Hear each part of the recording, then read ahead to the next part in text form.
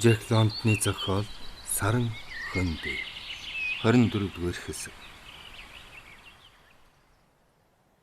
Саксон Бил 2 хэдэн 7 хоногийн турш өмнөдийг зорин явсан боловч сүүлдээ Кармалд буцаж ирээд яруу найрагч Хефлеринд буужээ. Өөрийнх нь барьсан гантик чулуун гайхамшигтай сайхан орон байр нь ганц өрөө юм. Ханыг нь цагаан гантгаар хийжээ. Хефлер хоолундаа уртсны гал дээр бэлдэх адил хийн. Өөрөөр хэлбэл гантик чулуугаар барьсан том гэгчийн задгай зоохныхаа гал дээр хийн. Ханаа дагуулan номын баахан тавир хийжээ. Тавиор, тавилга хэрэгсэл, таацны хөндлөвч мэтийг бүгдийн зандан модоор өөрөө уралжээ. Саксон нэг болонд нь хүнжил бүтээлгээрээ тусгаарлан байр заслаа. Яруу найрагч маань Сан Франциско, Нью-Йорк руу гарах гэж байсан боловч Бэлд орчин тойрноо болон сангийн газар үзүүлэхээр нэг өдөр саатан хойшлуулв. Саксон тэр хоёртой хамт явахыг хүссэн боловч Хефлер иймхүү зугаалганд хөлчин богинодно гэж тоглоомор хэлжээ. Орой эргэж ирэхдээ Бил ядарч үгс үггүй унаж байв. Хефлерийг дагаж үхэх шахлаа. Хойноос нь нохой мэт хилээ өмжүүлээд л гүйгээд байлаа гэж Бил үннээ ярихад Хефлер "Бид хоёр 55 бээр туулсан шүү дээ" гэв. Бээрийн тоон ч яах вэ? Бараг замгүй газраар хагас өдөржин өгсөж уруудна гэдэг амаргүй юм. Хээчнээ хурдан алхсан гэж бодно. Хөлчин богиндно гэж хэлдэг яг үнэн Саксон. Чи явсан бол анхны бээртэл хаягдах байсан.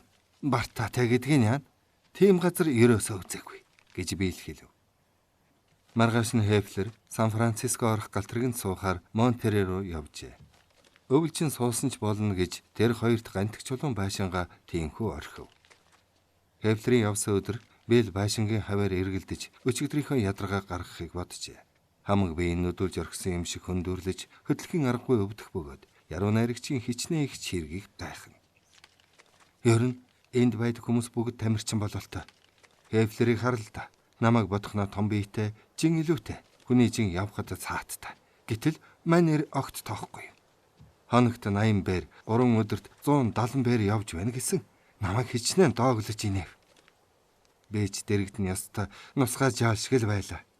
Саксон сэтгэлийн засаж хүн бүхэн өөр шүү дээ Бил минь. Үнийг бөө март. Тим дээрээ тулвал чи л хамаг рекорд зогтөг шүү дээ. Фокс гэхэд чамтай хинч зөөрлөж чадахгүй гэв. Чиний хэлдэг чи зөв л төө. Гэсэн чи яруу найрагч хүн байж надаас илүү байдаг чинь лут гэсэн үг. Бодол доо. Цаадах чинь яруу найрагч. Манай хоёр хэдэн өдрийн турш тэр хавийнхаа сангийн газрыг ажиглан тэнсээр сүүлдээ тэр газраас авахыг болъё гэж эцэлэн шийдэв. Сан Лучианагийн нуурын асар том хадан хавцал, модорхог гуужаалга Саксоны сэтгэлийг булаах боловч Хефлерийн ярьж байсныг санахад энд зуны өтгөн ман 7 хоногор хагас буюу хэдэн сараар нарыг халахалдаг бөлгөө. Бас эндээс ямар ч зах зээлийн газар хурж очих боломжгүй. Замтай газрын шуудан дээр очие гэхнэ. Өдий төдий байр алсалсан агаад Пойнт суураас Кармел хүртэл тэр замаар нь явхдаж аюул бартаа мунтахгүй ажээ. Тийм замаар хүнд ачаатай явна гэдэг аятайхан ажил биш болохыг хашир тэрэгчний хувьд Бил бас андахгүй байлаа. Хефлерийн мэдлийн хэсэгт чулуу олдворлох газраас тун сайн чанарын гантик гарна. Төмөр зам ойр байдгсан бол чулуу олдворлох газар маань мөн чих хөрөнгө болгосон. Даан чим нөхцөлд яах чаргаалга. Харин авыг их хүн гарвал энэ эрдэнсийнхээ санг бэлгэлэхэд бэлэн гэж Хефлер хэлжээ. Бил моримала бэлчээж байх өвстэй чухам тийм газартай болохыг хүсдэг болохоор энэ газрыг авалгүй орхин явах болсондоо хэдийгээр гонсоох боловч өнөөх кинонд үдсэн мэт фермтэй болбол дээр гэж Саксоны хэлсэн учиртай үгийг дуртай таашаан сонсов. Тэр хоёрт чухам тийм ферм хэрэгтэй учраас 40 жилч болдгоо ирж хайх хэрэг гарлаа гэхнэ эрэл хийн гэж Бил санаа нийлж байв. Тэнд секвой хэмээх аварга мод заавал байх ёстой. Дурыг минь булаасан мод. Манан бодонгүй ямар сайхан байх вүлээ. Ойролцоон засмал зам байх ёстой. Төмөр зам чи 1000 бээрээс холгүй байгаа гэж Саксон мөчөөгөө өгөхгүй байлаа. Тэр хоёр өвлийн зүсэр бороонд нөгөө гантик байшинда 2-7 хоног хоригдов. Саксон Хефлерийн номыг уудалж унших боловч ихэнх нь ойлгохгүй тул урам хугарна.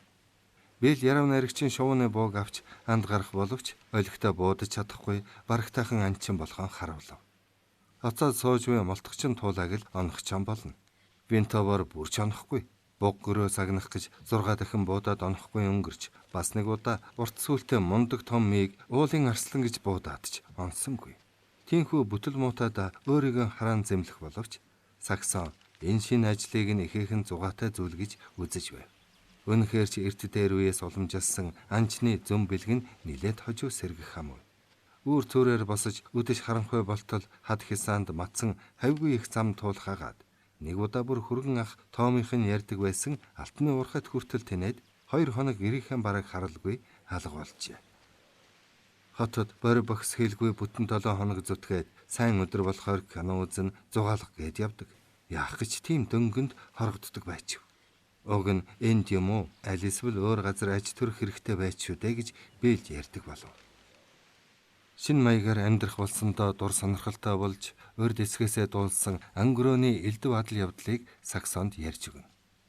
Одоо өдөржин тэнэлж гисэн хөл ядархаа болжээ. Бүр тасчихж. Хэвлэртэй нэг уулзаж хоёул хамт явъя гэх юм шүү. Барь залдуулна да гэж хөөр баяр болгон ярихад Саксон баясан инээж.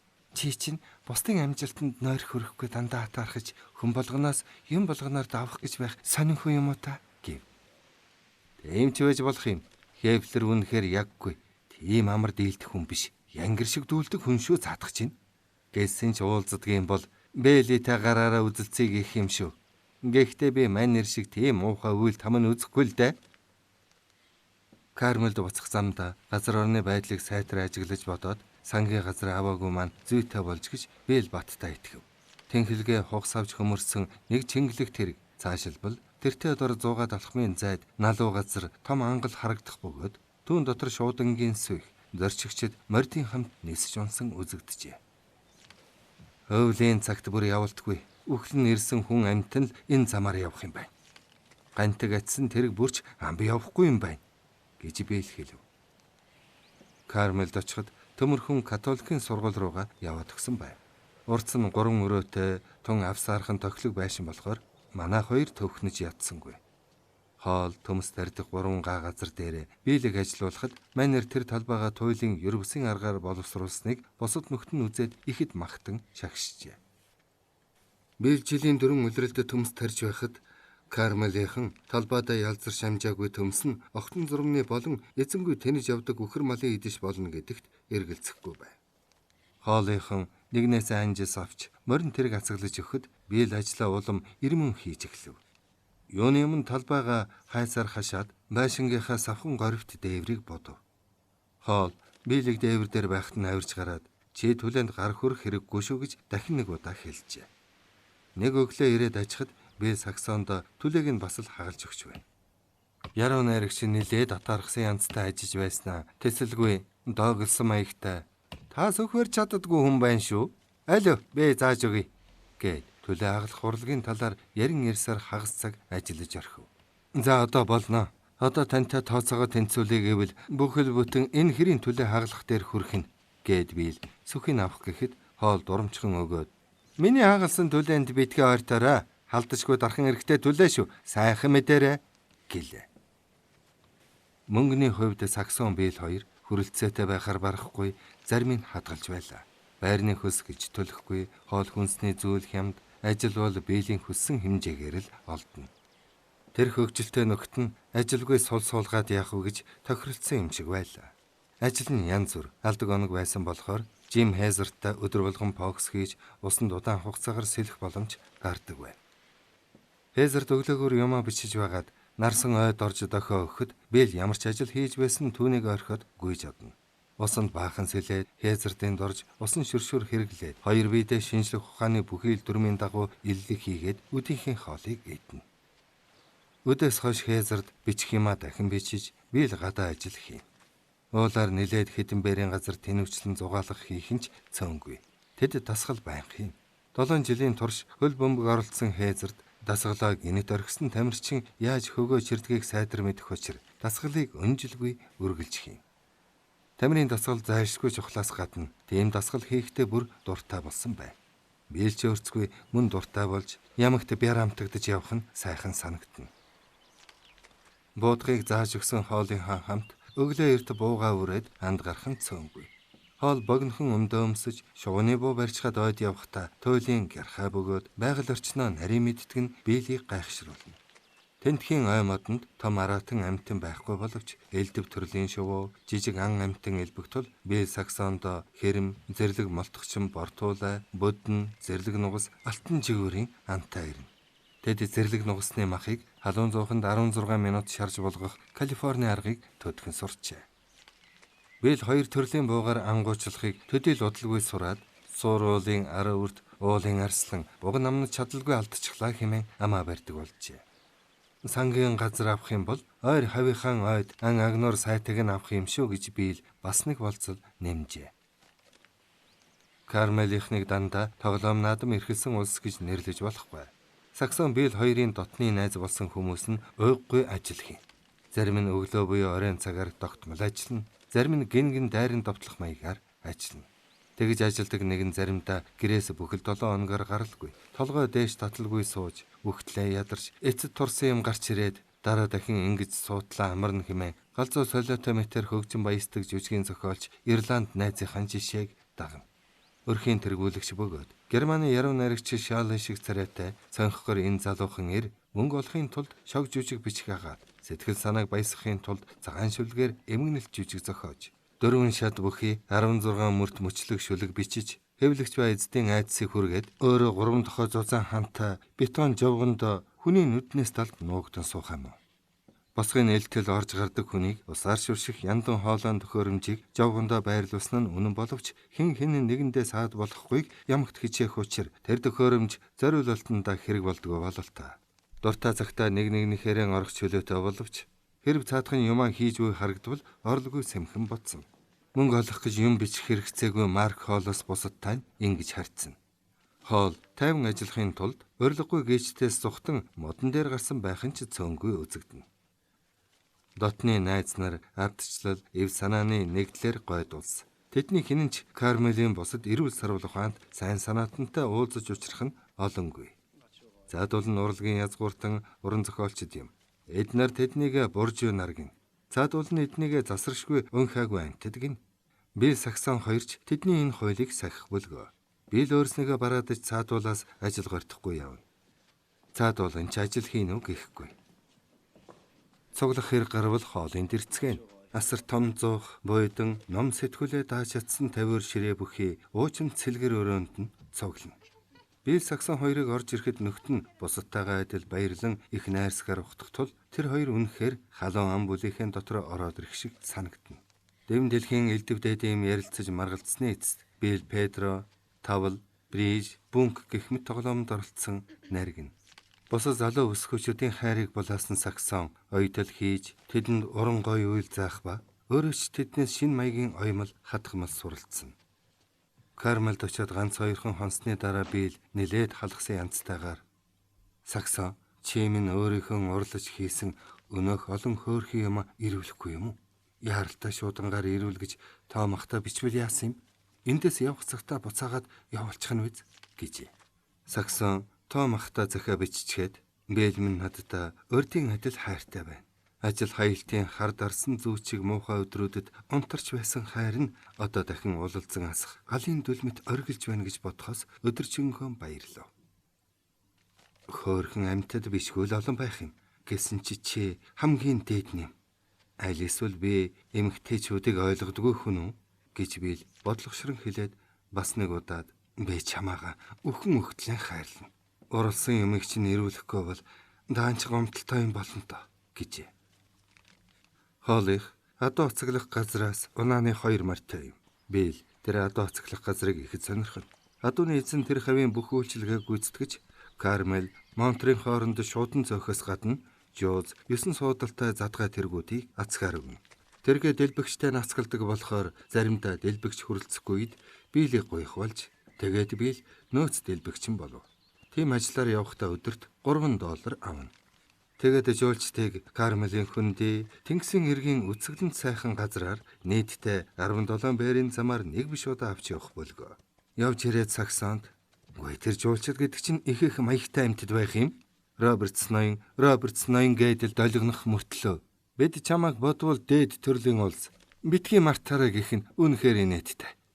Би зарцсан биш ч гэлээ зин данд нь хүрэх биш. Зарц жолооч хоёрын завсрын хүн дэлбэгчл юм да. Үгүй тэгээд хоол цайгаа идэж явах болохоор минийх их тусад нөгнө. Эсвэл өөрснөө идэж уучхад өгнө. Бэд хоолынд ч юм уу хиний дээж гэсэн нэг гэр бүлийн улс шиг хамтдаа идэж уудаг шүү дээ. Гэтэл өнөөдрийн тэр улс надад өглөөний цайх олж өгсөнгүй. Ярин чим надад авч явж идэх юм бэлдэж өгөөрэй. Тэр муусан саксуу хувхай юмнуудаас юу ч горьдохгүй. Нэг нь цайны мөнгөөр гар цайлгах санаатай хэдэн мөнгө сар байсан шүү. Би дуграачгүй. Өөдөөс нь юу ч болоогүй юм шиг хараад дараа нь буруу харсан. Манай нэр итсэн байх. Ямар тач биэл моринд дуртан ирэхээр тиймэрхүү ажил хийхч өөрт нь аятайхан санагдана. Жолоо барьж тэрэгний 4 морины оронд хатраач 3 морины жолоо залж явах тун сайхан ажээ. Явцаа барьдаг торомсон гიშгэж байгаад толгой иргэмээр аюултай ангалын амсар буюу уулын нарийн жимдэр авгаа хөөхнүүдийг орилж хашгиртлан огцом эргэлт хийж байх багтаа санагдах ажээ. Морь шилж сонгох, чадал чансааг нь тодорхойлох, өвчин ангаахтаа биел адууны эзнээс жилв. Энд би ямар ч ажлыг дуртай цагтаа олно.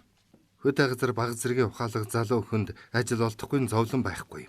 Сард $60 өгвөл тогтмол ажилд орно гэвэл тэр хүн намайг шууд талаавна. Нэрэ шүү. Хэдэн удаа авах санаатай урих тавих гэж оролцсон хүн байгаа юм чинь.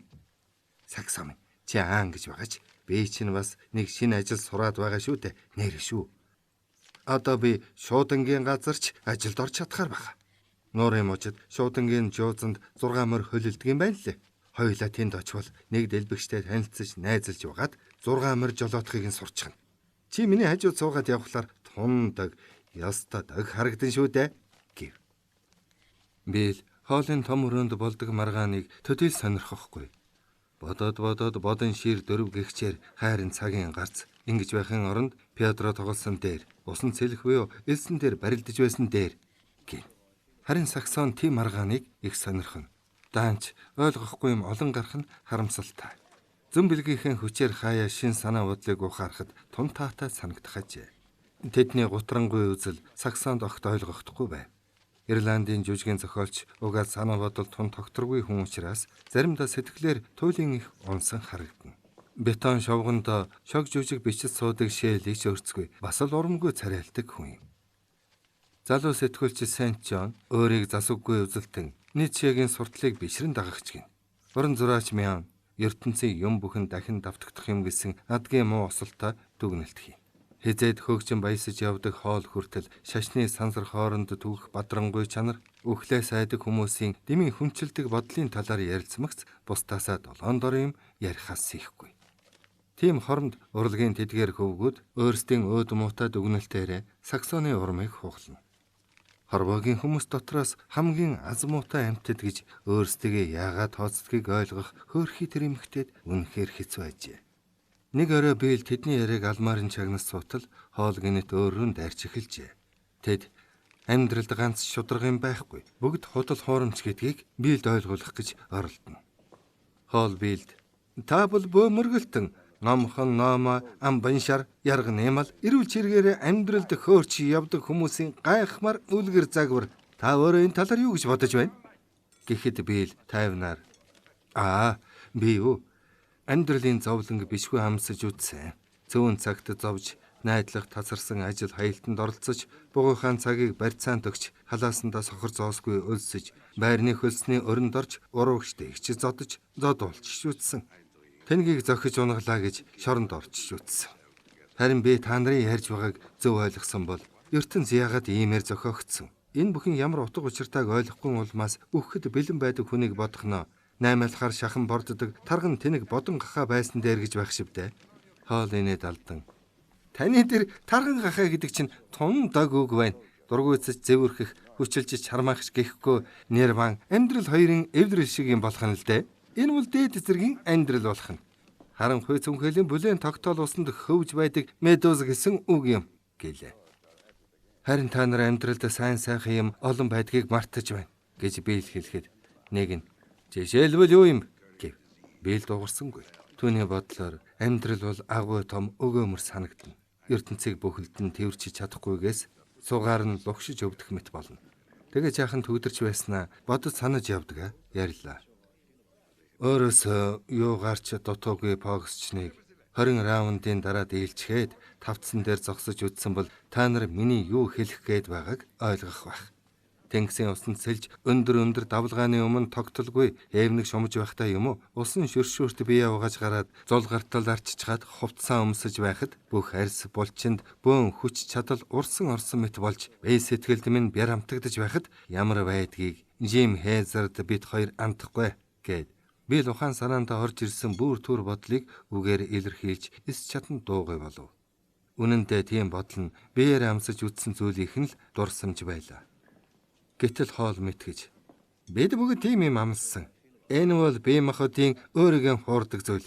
Дараа нь үе мөчний өвчин шижин тусдаг юм шүү дээ. Сархад амьдралыг хөлчөөрүүлдэг боловч даанч удалгүй хувирч гэхэд жижигэн зохиолч омогтой Ирланд шээсний хүчил болдог юм гэж үгүйцээч хэлв.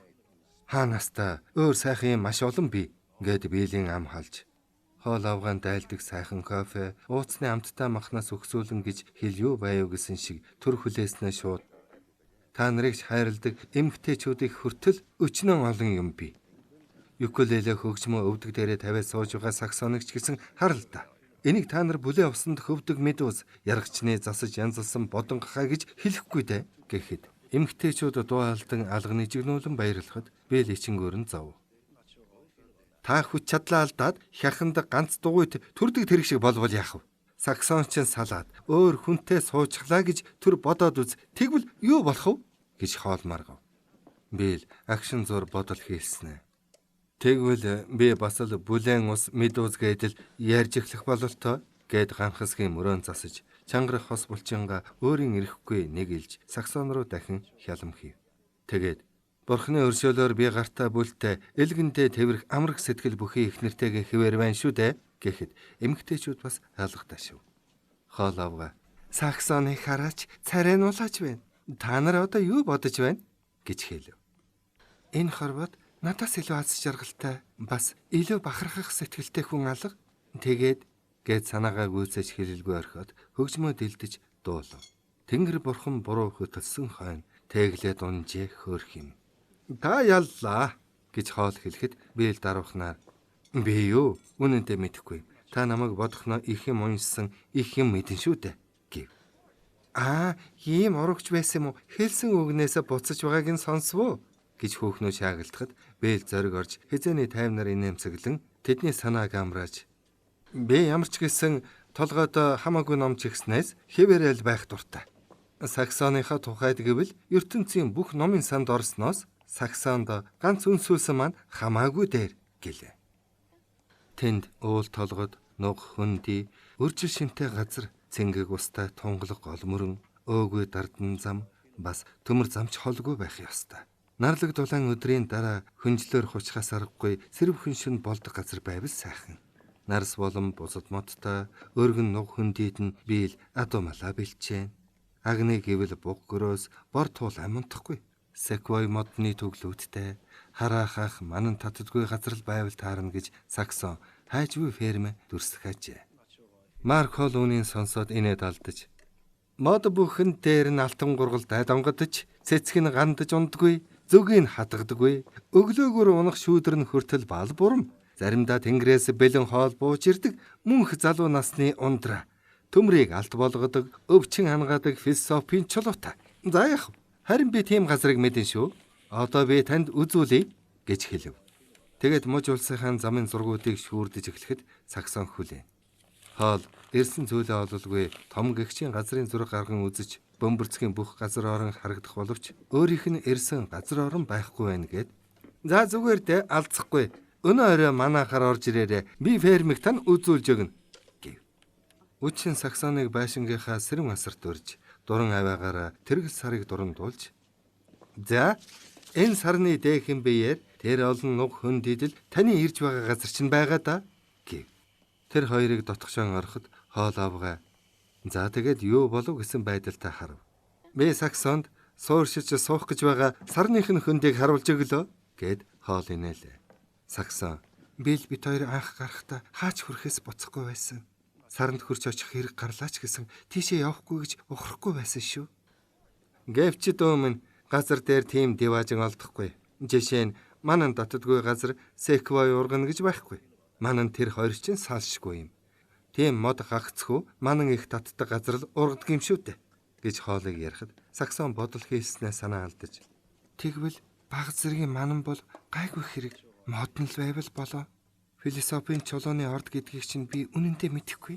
Гэхдээ Хефлер гуайн гантигтай төстэй болоод төмөр зам ойролцоо байвал бит хоёр харгаа олж болох байна. Тэгвэл бал бурман шүүдрийн төлөө саранд явах гэсний хэрэггүй болно. Тийм шүүдэр Невадын буц сондуулдаж буудаг юм. Энэ бол баримттай зүйл. Аав маань ээж тэгж ярьдаг. Ээж маань надад тэгж ярьдаг байсан юм гэв. Ирээдүйн фермийн тухай яриа дараа нь ч үргэлжилжээ. Хоол Америк нэгдсэн улсыг мөрөйтэй тоглоомын диваажин гэж нэрлээд аль муугийн дуудан харааж зөхөв. Энэ оронд хичнээн их бололцоо байсан гэж санана. Тал бүрээс нь далай хүрээсэн цаг ур сайхантай хамгийн үржил шинтэй хөрстэй түүхий эдийн маш баялаг ундрахтай цоо шин газар байсан. Энэ дэлхий дээр өөр зүйрлэх тийм сайхан нутаг байгаагүй. Энэ сайхан нутагт хуучин ертөнцийн мухар сүсгээс бүрмсэн ангиж ирсэн хүмүүс ирд суугаад ардчлал тогтооход бэлэн байж. Ганцхан зүйл буюу хомхой сэтгэл нь тийм юм хийхэд саад болжээ. Тэд үдсэн харсан бүхнээ сүрг гахаа шиг цусалсаар хамгийн минь цөлмө тэр хооронд нь ардчлалч мөгчээ. Тэд бол мөрөйтэй тоглоомчид ханад цадхаа мэдгүй л уйвэрчд байж. Газраа бооцаанд алдлаа гэхэд өрн зүг хэдхэн бээр явж шинэ нутагтаа болдог байж. Тэр үеийн хохимо толгой тунгууд замдаа тааралцсан бүхнийг царцаа шиг устгадаг байж. Индиан нарыг хядаж газрын хөрс сүйдэлж ой устгаж хүйс тэнтерсэнтэйгээ адил цөлмөж байж. Тэдний худалдаа 8 улс төрийн бодлогын ёс суртахуун нь мөрөйтэй тоглоомчдын ёс суртахуун байж. Тэдний хууль нь тоглоомд хожих гэсэн мөрөйтэй тоглоомчдын л хууль байлаа. Бүгд тоглоно. Тоглоом манд дугай гисгэдэг байж. Хүн болгон тоглож чаддаг байсан учраас эсэргүүцэх хүн гарахгүй. Хожигдсон нь шинэ газар олж авах гэж өрн зүг явдаг байсан гэж би түрүүн хэлсэн. Өнөөдөр яаснаа маргааш бүгдийг алдаад бас нэг өдөр өнчөхөд дахиад л хөзөртэй болсон байна. Тэд тийхүү Атлантын далаагаас номхон далай хүртэл замдаа тааралцсан бүгдийг цуслан устгах мөрөйтэй тоглоом хөөцөлдөх ажил хийсээр энэ твийг бүхэлд нь бузралсан юм. Тэд газар нутаг ой мод малтмал баялгийг цөлмөж дуусгаад яарч мэгдэгтэй дутуу үлдээсэн анхаар шахар ямаараа мөрийцэх түүнчлэн эрх ям монполон эдлэх гэж буцаад хуйларчээ. Чингэхтэн тэд бузар луйвер 8 панза нууж халахвчлахын тулд улс төрийн бодлогыг ашиглажээ. Харин ардчлалаас уул мөрч үлдсэнгүй. Хожим нь бүрч зугаатай юм эхэлжээ. Мөрийн алдсан нь даагаа нэхэх юмгүй болж хожигдсан нь хоорондоо үзэлцэх болж бусд нь мөрийцэж байгаа нэгнийхээ тоглоомыг ажиглан бүчиж гараа халаасандаа хийгээ зогсохоос өөр сачиiгүй болсон байна.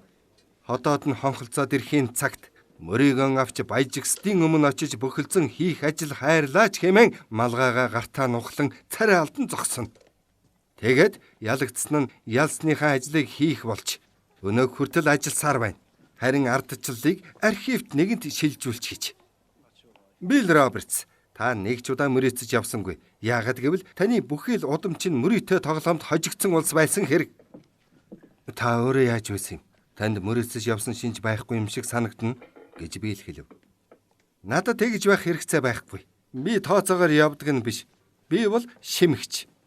Энд чи юу гэсэн үг вэ? Нохой бос хачиг ховлз мэт бусдын хүчээр амьдардаг аливаа амтны адил гэсэн үг. Би бол ажилчдын зулгарсан арьсан чигдсэн хачиг. Надад тоглож мөрийцэгч хэрэгцээ байхгүй. Ажил хийгч хэрэгцээ байхгүй. Миний эцэг надад идэж хүрэхээр хонжбор үлдээсэн. Өнгөрөх ч юу байх вэ найз минь? Таны эцэг өвгөд минийхээс дээрдэх юмгүй байж. Таны хожигдсан миний хоцсон л байж. Тэгээд ш та одоо миний төмөсний талбайд ажиллаж байна шүү дээ. Гэхэд би л гүж хөдлөн. Бөөм хэдтэй авхалчтай нэг нь одоо ч хожиж болно шүү дээ гэв. Сангийн газар дээр үү гэж хоол түргэн асуухад би л амин газар нь сум туссан юм шиг хэсэг таг болсноо мөчөөгөө өгөлгүй. Ямар ч л гэсэн хожиж болно гэв. Бусдын ажлыг хизээч булааж болох л доо. Тань шиг ийм сортоотой залуу хүн хаанч хизээч хийх ажиллаан болно. Харин таны энд хүрэхгүй хүмүүсийг бодоод үзэлтэй. Кармалийнхны адууны жүчээнд дөрвөн морины жолоо барих ажил тэнцэх тийм хүн замд чинь тэнвчилж байгаа хүмүүсийн дотор олон байв. Зарим нь залуудаа танаас ч дор улс байгаа биз. Ямар ойлог байх вэ? Бэдэж гисэн дор орсон улс биз дээ. Ойрд тэв нутаг маань манайхны дуртай цагтаа авч алдаж байх газар байсан бол одоо амь зогоох тэд ажлаас өөр юу үлдчихв. Тэглээч өөрцгүй гэж биелэг хэлтэл ирээ цээргүү дайрч. Цус маханд чинь шингэсэн болохоор л тэр харахчгүй юм да. Энэ улс орны хүмүүс хэдэн үе дамжин мөрийдсэн болохоор та мэдлэгтэй тэр бузарцсан агаараар амьсгалж одоо ч гэсэн амьсгалсаар байна. Та өөрөө мөрийтэй тогломд ганц ж орж байгаагүй байж түүнийг алдаршуулахын тулд хоолойгоо сөйтөл хашгирч хамгаалахын тулд ургаа хад мэд өмг төшиг болон зогсоход бэлэн байна. Тэгвэл тоглоомд нэгэн шүхтсэн бид яах болж байна гэж Саксоныг асуухад хоол цагдаа дуудаад тоглоомоо зогсох хэрэгтэй. Энэ бол булхаатай тоглоом гэлээ. Саксон хөмсөг зангидна. Өвөг дээдсийнхэн хийгээгүй юмыг хий. Зоригтой хөдлөөд жинхэнэ ардчлалд хүрэх хэрэгтэй гэж хоол тайлбарлав.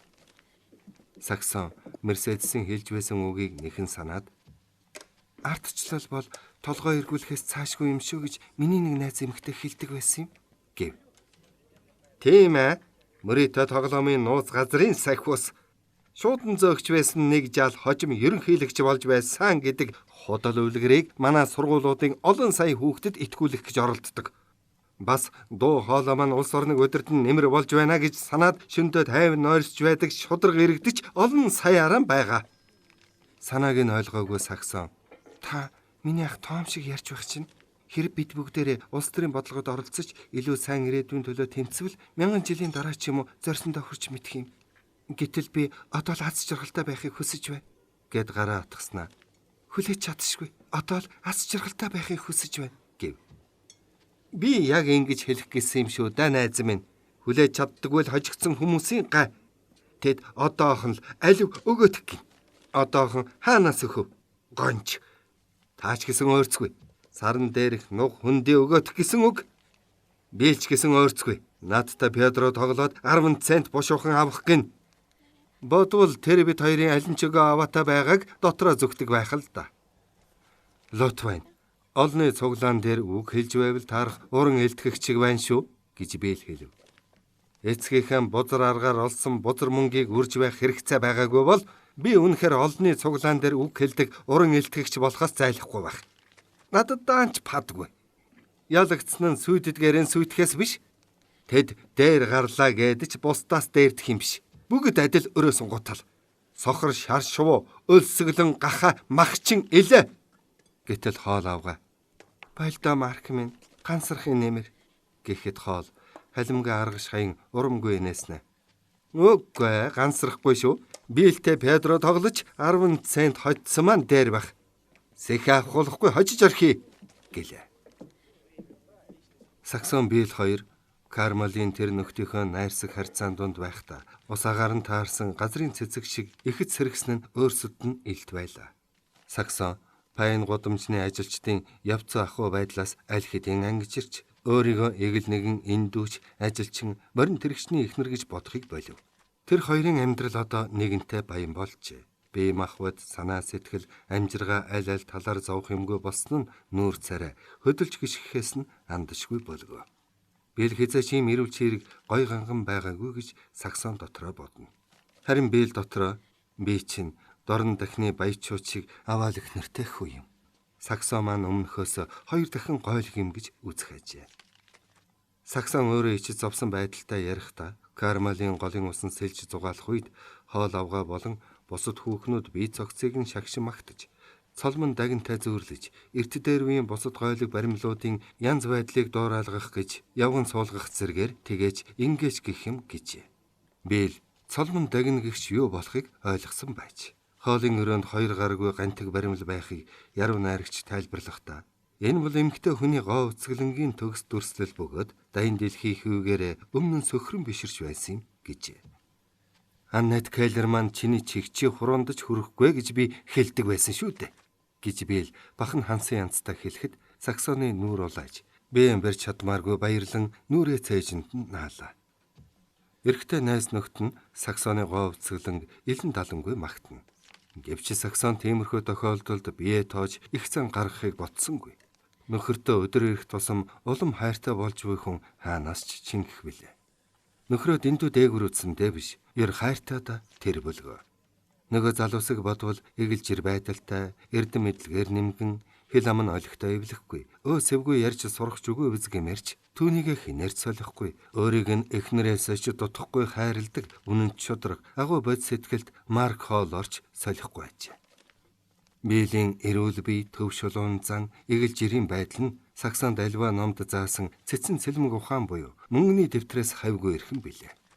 Чухамхүү бие эрүүл зан төлөв шулуун эгэлжирийнхээ ачаар тэр орой хоолтой хийсэн маргаанд дийлж хоол дахин ихэд гансарч эхэлсэн юм. Бийл илүү их юм мэддгээр нь дийлсэн биш. Харин өөрийн хатуу итгэдэг үннийг хэлж туйлбартай байснараа нь дийлсэн юм. Ялна гэдэгтээ огтхон ч эргэлзээг нь хамгийн гойд бөгөөд гэмгүй царайлах байдал гаргасанд цаадуулна алга дашин баяр хүргэсэн билээ.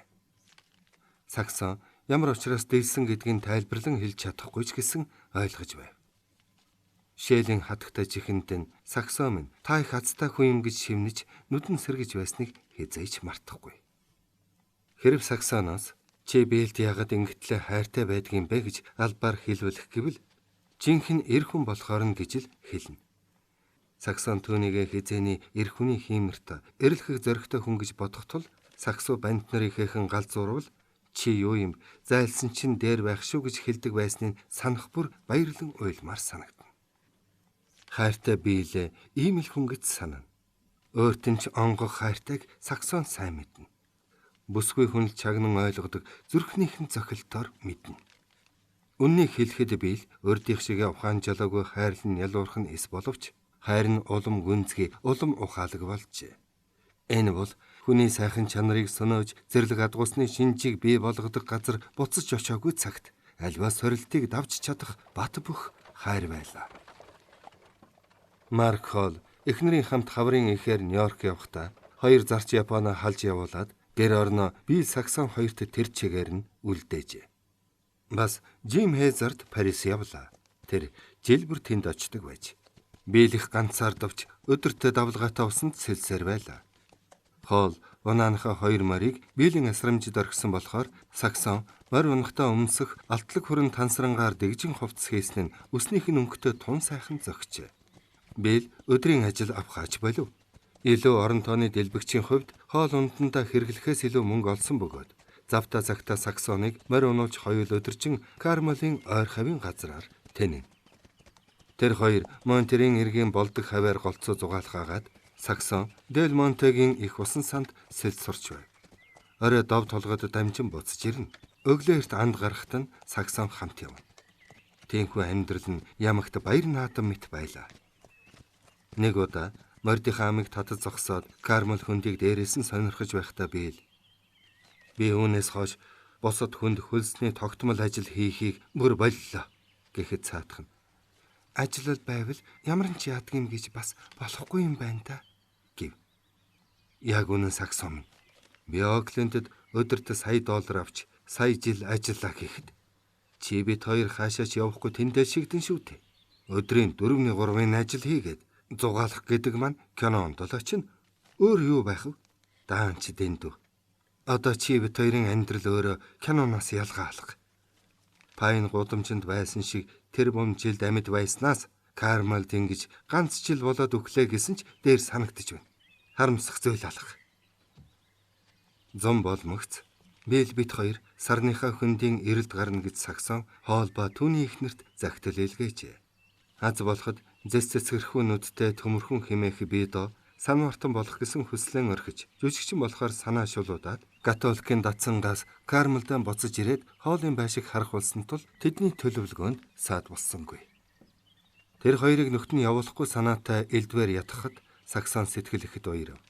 Кармелын жүчээний эзэн Бийлийг алдахгүй гэсэндээ сард $90 өгч бай гэжээ. Тэнгисийн эргийн ойролцох хотод бас нэг хүн мөн төдий цалин өгье гэсэн байна. Нью-Йоркоос буцаж ирж байсан уугчур зантай жүжигийн зохиолч өнөөх Ирланд нөхөр нь Монтере өртөөн дээр тааралдахдаа "Юу гэсэн үг вэ? Дахиад явах гэж үү?" хэмээн дуу алдахад Саксон "Явалгүй яах вэ? Сарныхаа хөндийн эрэлд гарч байна шүү дээ" гэж хөгжилтэй нарахгүй хэлв. Ирланд залуу Пүүгээг нь хараад "Ва зоолог гэж бээчгээсээ явах юмсан. Намайг дагуулад яваач" гэснээ гинт урамгүй царайлан "Тийм золиг гэж би чинь гэрээтэй хүн. 3 төрлийн гэрээ бэ. Та хоёр ч азтай улс юм да. Ялангуяа ийм улиралд хичнээн сайхан гэжээ. 24 дугаар хэсэг төгсөв.